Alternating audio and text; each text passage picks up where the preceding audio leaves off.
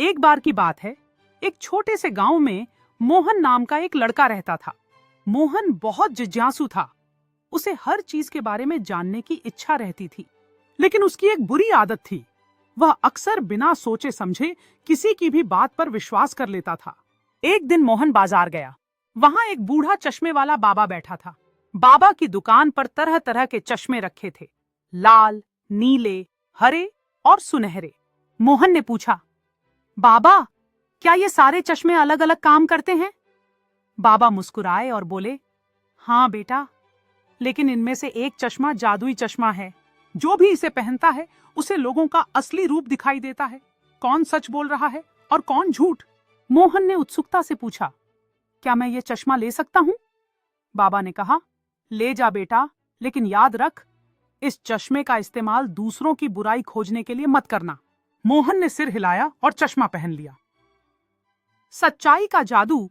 घर जाते समय उसने देखा कि उसका दोस्त रवि उससे मुस्कुराकर बोला, मोहन, तू बहुत अच्छा दोस्त है। लेकिन जैसे ही मोहन ने जादुई चश्मा पहना, उसने देखा कि रवि के ऊपर एक परछाई जैसी छवि है।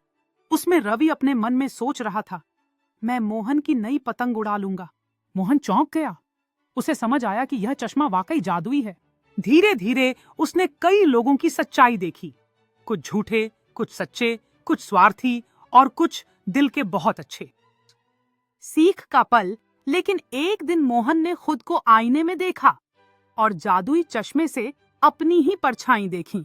वह चौंक गया, क्योंकि उसमें दिखा कि वह खुद भी कई बार झूठ बोलता है और दूसरों की गलतियां खोजने में लगा रहता है। उसे बहुत शर्म आई।